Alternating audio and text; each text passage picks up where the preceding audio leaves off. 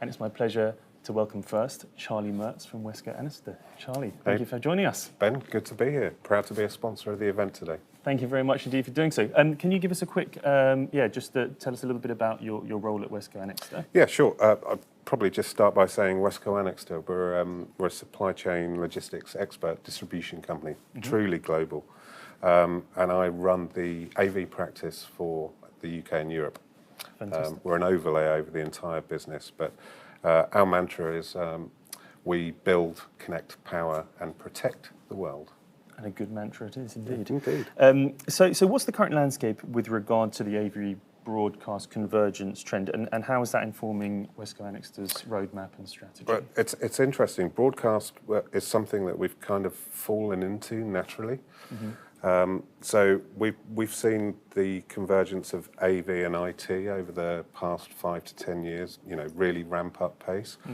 But the technology that's underpinning AV in particular these days has a more broadcast focused feel about it. And the way content is being consumed, broadcast quality is of paramount importance to enterprise AV, all the way up, driven by that millennial culture of TikTokers, YouTubers, Zoomers. We're all used to Teams, we're all used to Zoom calls these days, and that people being used to that experience at home want something better going forward when they're coming back to the office. The return to work, it's happening. It's happening slower in some parts of the world than it is in others, but it's definitely happening, and technology is underpinning that. Yeah, absolutely. And whenever there's a sort of a convergence and a disruption, that's always a bit of a catch-22. Kind of one happens and then the other happens, and it kind of goes around in circles. Sure. What would you say is the main thing that's driving that disruption and convergence that we're seeing? Well, for us, it's discovering that we have a new customer.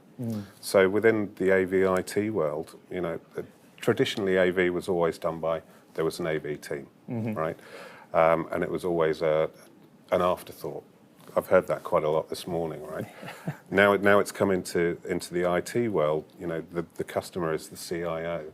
It's the C-suite that's really making these decisions, and that strategic nature of wanting positive outcomes for their businesses has really driven this, and we've seen it with the AV side of things, just traditional Pro AV. We've seen it with commercial AV, the driving of mass notification and the communications, and the digital shift.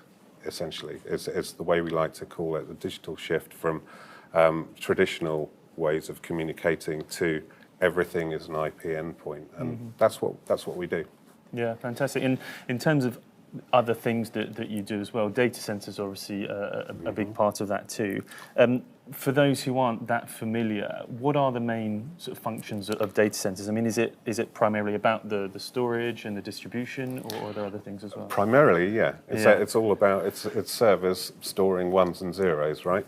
And what that content and what that 1 and 0 does, it's becoming more and more complex, more and more diverse. Interestingly, we're seeing a ramp up across the world of from the we call them hyperscales, so the likes of Google, Apple, Microsoft. We're seeing ByteDance who do TikTok. There's pretty much a data center going up once a week, once a month, very, very quickly, in order to cater for the data needs, and a lot of that is streaming. Absolutely, and I think as well, I mean, interesting you should mention some of those companies, the larger companies. Often when people think about data centers, they think about these kind of huge monolithic creations. Does it always have to be that way, or can they be scaled to kind of like any use case that if I was a data center guy, he'd say, yeah, they have to be really, really big and really, really cool, right?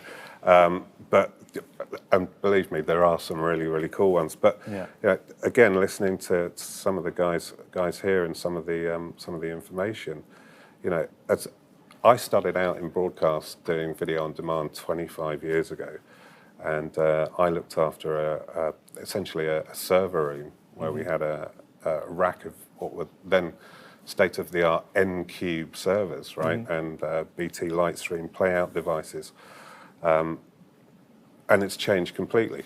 And nowadays it's a case of if you've got an RJ45 connection and you've got a connection to an instance within the cloud, you don't know where that is. That could be co-located, multi-tenanted, or it could be a single entity.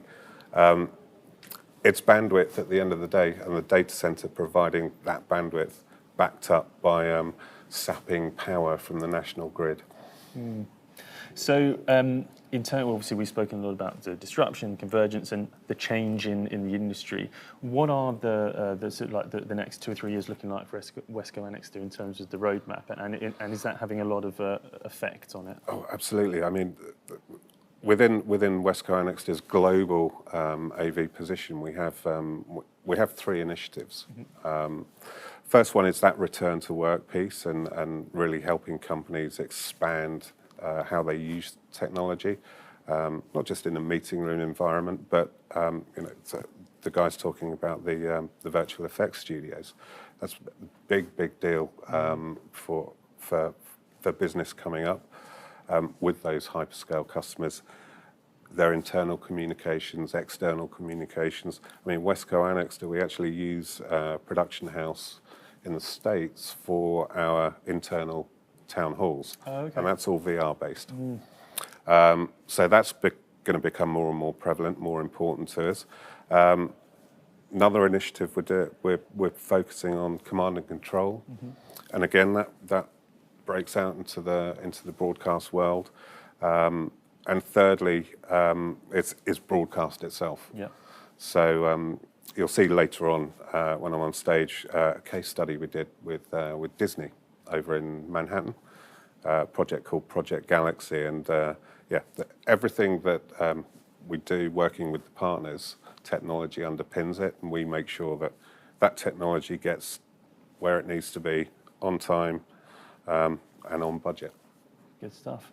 Well, thank you very much indeed for joining me. I know never long enough, but if people want to get in touch, what's the best way to contact you and kind of have those conversations? Sure. If they want to go to www.wesco.com, they'll find all about the Pro AV team. But if they want to get in touch with Avixa, you can give my details out. I'll give you permission. Perfect. We'll do that. Thank you very much indeed. Thanks, Charlie. Thanks, Ben.